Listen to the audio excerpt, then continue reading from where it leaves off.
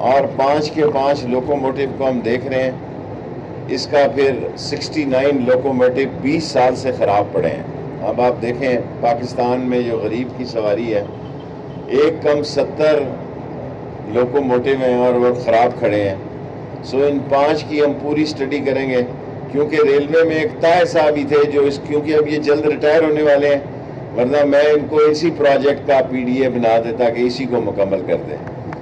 لیکن انہوں نے جانے سے پہلے ایک بہت اچھا کام کیا ہے، اور اب یہ آپ کا کام ہے رسال پور لوکوموٹیو والوں کے یہ 5 کے 5 ذرا ٹھیک طرح دیکھیں کہ ہم بنا سکتے ہیں.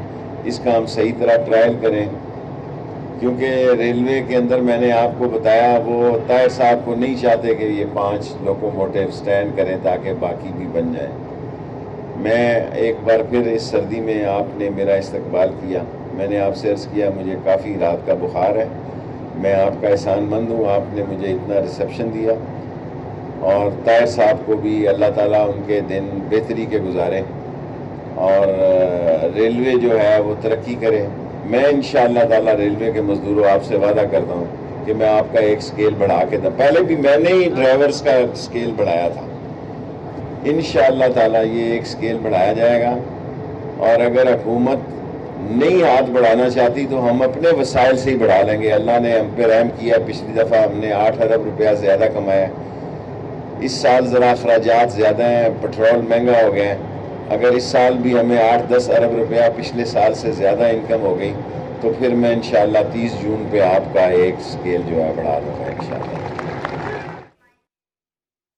اور اب رخ کریں گے اسٹور کا. اسٹور میں ایک روز کے وقفے کے بعد برفباری کا سلسلہ پھر سے جاری ہے. اس حوالے سے مزید تفصیلات جانتے ہیں، ہمارے نمائندے لطیف اللہ وہاں پر موجود ہیں. لطیف اللہ، بتائیے گا برفباری دوبارہ سے شروع ہو چکی ہے اور کتنی برفباری اب تک ہو چکی ہے؟ کے ضلعی ہیڈ کوارٹر عیدگاہ میں موجود ہوں. ایک دن کے وقفے کے بعد برفباری کا سلسلہ دوبارہ سے شروع ہو چکا ہے. اب تک کی ابتدائی اطلاعات کے مطابق اسٹور کے بالائی علاقوں میں 4 سے 6 فٹ جبکہ شہر و مضافات میں 2 سے 3 فٹ تک برف پڑ چکی ہے.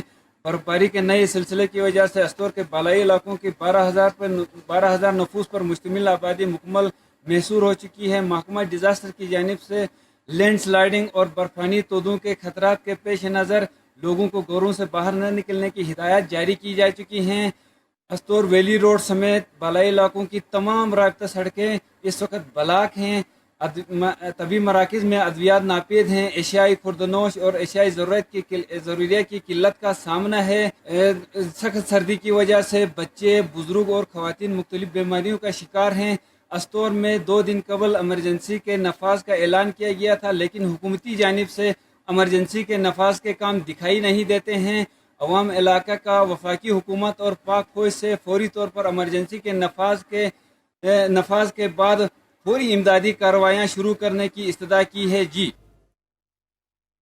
شکریہ لطیف اللہ، اس سے متعلق آپ نے ہمیں آگاہ کیا. ادھر اسکردو بلتستان ڈویژن طوفانی برفباری کی زد میں ہے. علاقہ مکین مسلسل گھروں میں محصور، جبکہ رابطہ سڑکیں بھی تاحال بحال نہیں ہو سکیں. اسی بارے میں مزید بات کرتے ہیں اسکردو سے ہمارے نمائندے رجب علی قمر سے، جو برفباری سے عوامی مشکلات کے بارے میں آگاہ کریں گے. جی رجب، بتائیے گا برفباری مسلسل جاری ہے، عوام کو کن مشکلات کا سامنا ہے؟ جی، بلتستان ڈویژن گزشتہ 40 گھنٹوں سے مسلسل طوفانی برفباری کی زد میں ہے.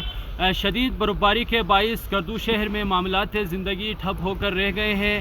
شہر میں کاروباری اور تجارتی سرگرمیاں جو ہے مکمل طور پر بند ہے. شہری گھروں میں محصور ہے. بالائی علاقوں سے شہر کا زمینی رابطہ بھی مکمل طور پر بند ہے. برفباری سے شہری پریشان ہے، لوگ گھروں میں محصور ہے. صوبائی حکومت، ڈیزاسٹر مینجمنٹ اور ضلعی انتظامیہ جو ہے لوگوں کو ریلیف دینے میں مکمل ناکام نظر آ رہا ہے. جی بہت شکریہ آگاہ کرنے کے لیے. گلگت میں جاری رہنے والی برفباری کا سلسلہ تھم چکا ہے. برفباری سے گلگت کا موسم مزید سرد ہو گیا ہے. اس پر بات کرتے ہیں گلگت سے اپنے نمائندہ معراج عالم سے. معراج عالم، آگاہ کیجیے گا موسم کی شدت کے بارے میں. جی، آج چوتھا روز سے گلگت بلتستان میں جو برف باری کا ایک سلسلہ تھا وہ رک گیا ہے، دھوپ نکلی ہے. لوگوں کی جو روزمرہ زندگی تھی وہ معمول پر آنا شروع ہو گئی ہے. تاہم گلگت بلتستان کو پنڈی کے ساتھ ملانے والا شاہراہ قراقرم ہے وہ بدستور بند ہے. جامور کے بالائی علاقے، دار التنگیر، گہر آباد استور کا مین شاہراہ اور ان کے جو بالائی علاقے ہیں ہنزا نگیر اور گزر کے جو بالائی علاقے ہیں ان کا زمینی رابطہ بدستور بند ہے. وہاں لوگ گھروں میں محصور ہے, ان کی روزمرہ زندگی بری طرح متاثر ہے. اشیائی خوردنوش کی قلت کا سامنا ہے, جو ادویات ہے وہ ناپید ہے, مریضوں اور جو بزرگ ہیں ان کو شدید مشکلات کا سامنا ہے. ڈیزاسٹر مینجمنٹ گلگت بلتستان سے میری بات ہوئی ہے, ان کا کہنا یہ ہے کہ ان کی بھاری مشینری تمام جو بالائی علاقے ہیں ان کا روڈ کھولنے کے لیے کام کر رہی ہے, تاہم شدید برف باری کی وجہ سے ان کے ویلیز کا روڈ آزاد کرنے کے لیے وقت لگے گا. جی.